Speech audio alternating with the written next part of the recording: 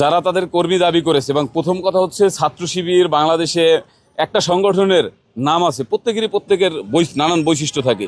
তাদের কিন্তু একটা বৈশিষ্ট্য আছে, রক কাটাপাটি, রক কাটে মানুষের। এই ইসলামী বিশ্ববিদ্যালয় বলেন, রাজশাহী বিশ্ববিদ্যালয়, চিটাগং বিশ্ববিদ্যালয়, বিভিন্ন সময় তাদের হামলার একটা ধরন হচ্ছে রক কেটে দেয়া।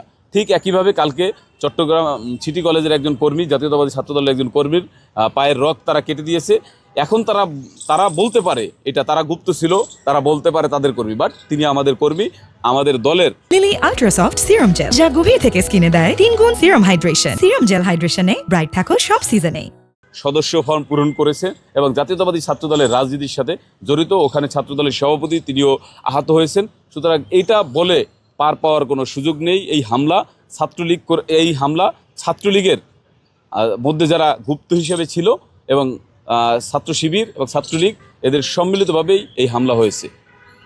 ফ্যাক্ট ওয়াচ বলছে যে সেই ব্যক্তি অনুপ্রবেশকারী আছে।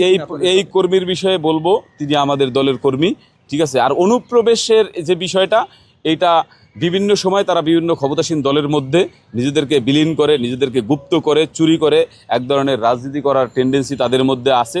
সেটা তারা আমাদের দলের মধ্যে চেষ্টা করলেও করতে পারে। বাট গতকালকে যে হামলা চট্টগ্রামে হয়েছে, সেই হামলায় যারা আহত হয়েছে তারা জাতীয়তাবাদী ছাত্রদলের নেতাকর্মী।